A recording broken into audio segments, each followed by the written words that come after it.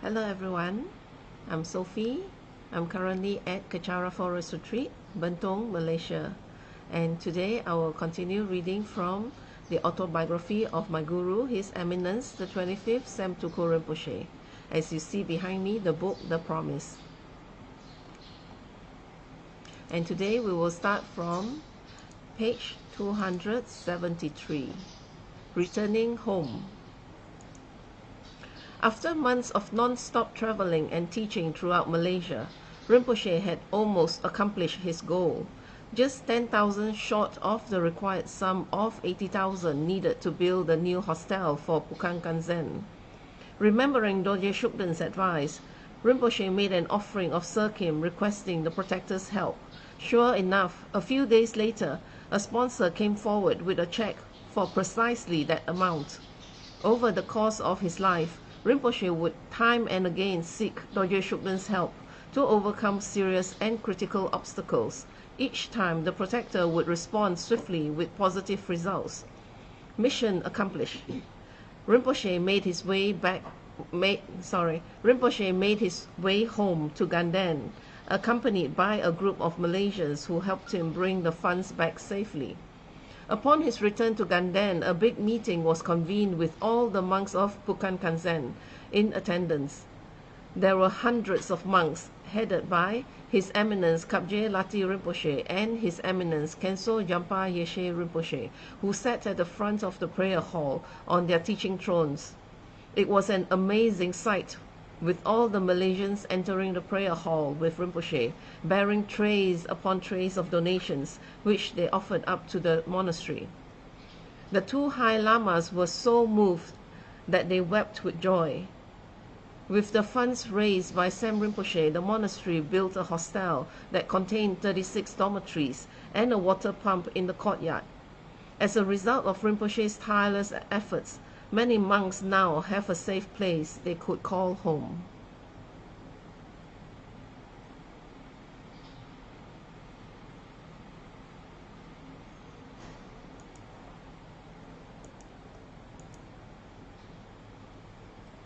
Caption of the pictures. Construction of Pukang Kanzen's new monk dormitories began after Sem Rinpoche successfully raised the much-needed sum of 80,000 Malaysian during his inaugural visit to Malaysia in 1992. Caption of the picture on the right. The monks of Pukang Kanzen.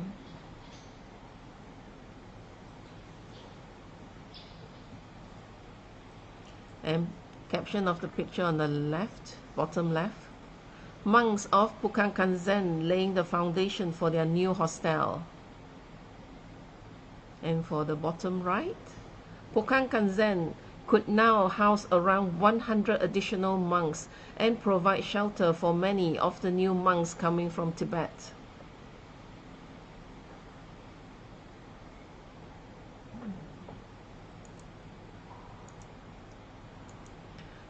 Page 275. Keeping the connection.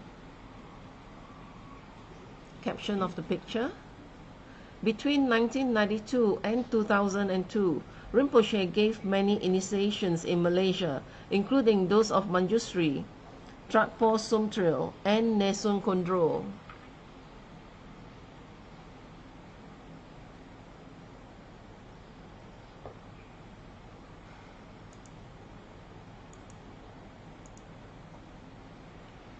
My aim was never to become somebody. My aim was, and still is, to do something that will mean something to someone. Sem Rinpoche. Rinpoche remained in Ganden after that first trip in 1992, but his impact in Malaysia and the region had already been felt. Over the next few years, many Malaysians would write to him or visit the monastery, constantly requesting him to return to Malaysia to teach and turn the wheel of Dharma. Out of great compassion and a deep wish to benefit more people, Rinpoche began to travel back and forth between Ganden and Malaysia to teach until his teachers finally advised him to remain in Malaysia and make it his permanent base. Caption of the picture on the left. Prior to Kachara, Rinpoche founded other centers in Malaysia in order to spread the Buddha's teachings. The middle.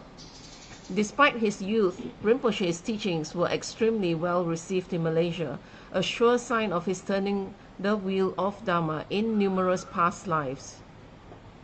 On the right, Rinpoche taught it in his students' home, which was packed with people who wished to listen to him.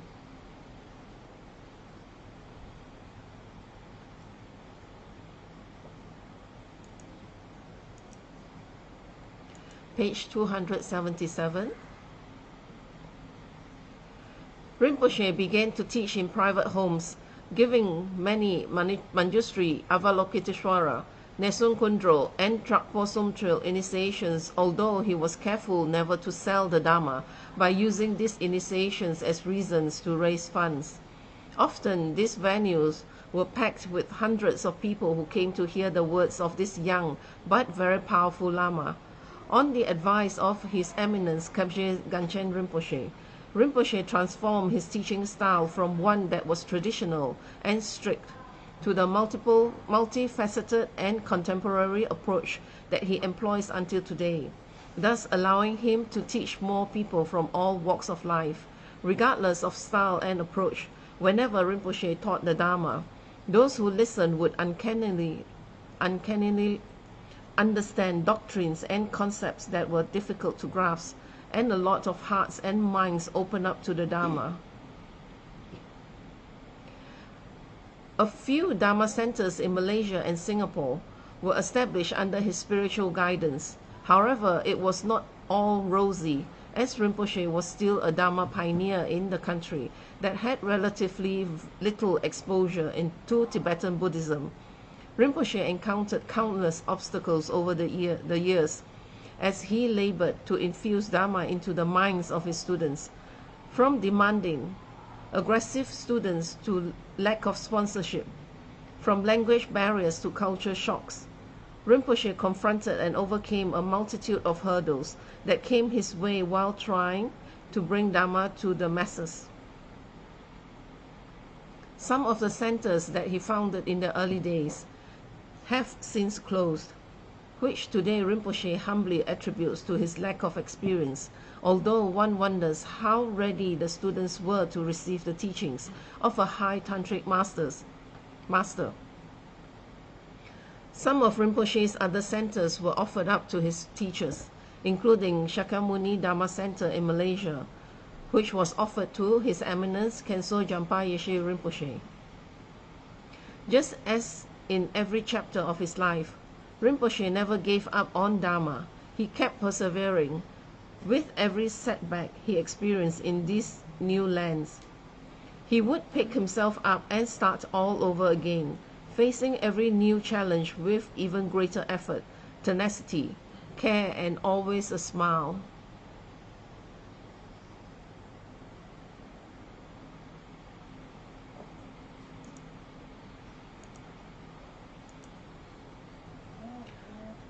Page 278. Who knew spirituality could look this good? Around 2003, Sam Rinpoche explored new way of reaching out to more people by adopting lay clothes and seemingly going deeper into worldly activities. Rinpoche wished to connect with people who would otherwise not be interested in spirituality at all. With permission from his guru, His Eminence Khenso Jampa Yeshe Rinpoche, and his Dharma protector Doje Shukden, Rinpoche one day turned to his bewildered students and friends and announced that he wanted to become a model. At that time, Rinpoche was 110 kg and 6'2", making him bigger than the average model. His students merely looked at him and blinked.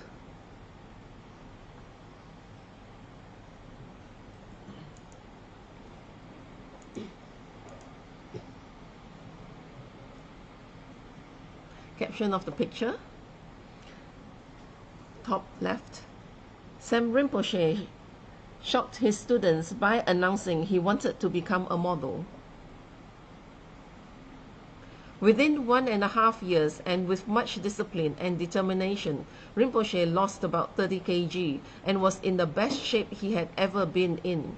With consistent hard work at the gym and a regimented diet, Rinpoche became one of the most sought-after male models in the city, modeling in catwalk shows with top award-winning supermodels of the region and becoming the subject of much attention wherever he went. Even that was a Dharma teaching in itself. This total transformation showed his strength of mind and pure, focused discipline. He also showed his students that no matter how he looked or how much attention he received, his mind never wavered nor moved away from his spiritual practice and commitments. This is an example of the extent to which highly attained Tibetan lamas would skillfully go in order to draw people to the Dharma by appealing to what they perceive as attractive. Rinpoche's actions seem to be in direct contradiction to the Dharma teachings. While Dharma is about renunciation and non-attachment to external appearances, this new world of modeling, fashion, and material success was the exact opposite. However, during those few years when Rinpoche manifested beauty and glamour, he remained unaffected, and at the height of his fame and physical condition, Rinpoche drew a large crowd of people who would never otherwise have been attracted to the Dharma. Many of those who were drawn to Dharma during Rinpoche's modeling years have since become some of his most senior students, following in Rinpoche's footsteps to use their lives for the benefit of others. So, by engaging in what seemed to be the most samsaric of activities, Rinpoche still changed lives for the better. However, Sam Rinpoche is always changing the methods with which he teaches. He now looks completely different from how he did then, as he casts off one outward form for another, proving at all times the fundamental Buddhist teachings of impermanence. I have known His Eminence Sam Rinpoche for more than a decade now, and have witnessed the growth of Kachara from a little shop lot to what it is today, with Kachara Forest Retreat and all its various departments. For me, everything began with Rinpoche's teachings. I liked how everything that Rinpoche taught was just so logical and made so much sense to me. What moved me to remain in the Dharma after all these years was seeing the consistent care and compassion that Rinpoche heaped on everyone, from feeding a stray dog to feeding a homeless man on the street to spending hours giving personal advice to a friend or a student. It's just overwhelming, and it made the teachings real to me and to many others who follow Rinpoche. Pastor David Lai.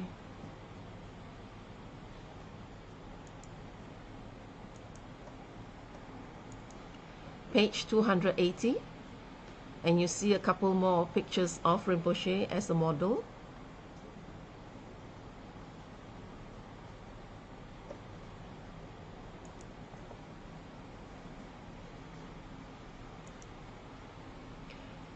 Page 281, caption of the picture. Rinpoche successfully accomplished what he intended to do, which was to connect with people who would otherwise not be interested in spirituality.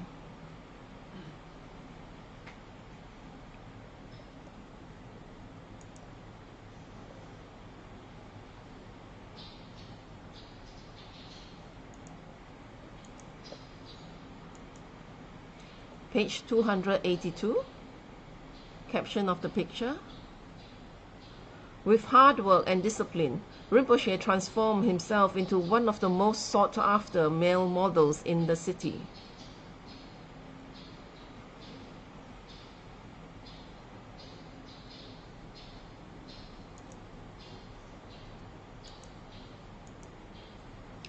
Page 283, bringing the world to Buddha. No matter where he is or what he is doing, everything Rinpoche does is to bring people to Buddha and the Dharma, in addition to giving out Buddha images whenever he can. Rinpoche also loves taking people on pilgrimages to holy sites known to be the places of Buddhas, attained beings, and deeply spiritual practitioners.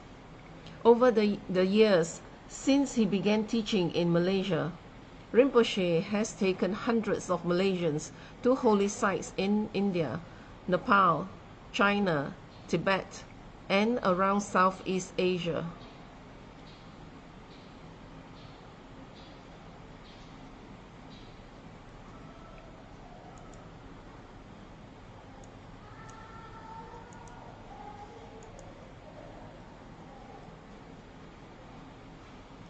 You see Rinpoche bringing the group of students to all the pilgrimage sites.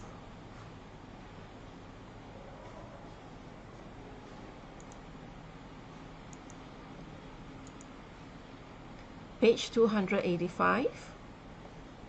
Not only does Rinpoche immortalize each trip with memorable teachings, historical explanations, and personalized prayers, but he also brings pilgrims into the presence of highly attained lamas and mahasiddhas.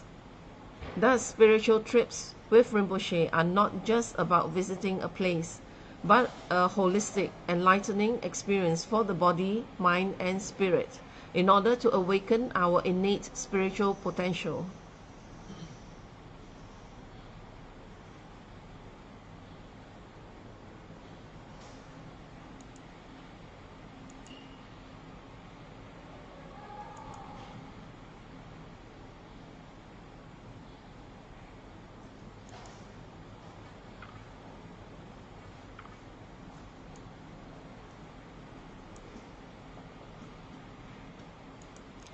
And with that, I will end the session today, and I should be having the next reading session on should be on Thursday.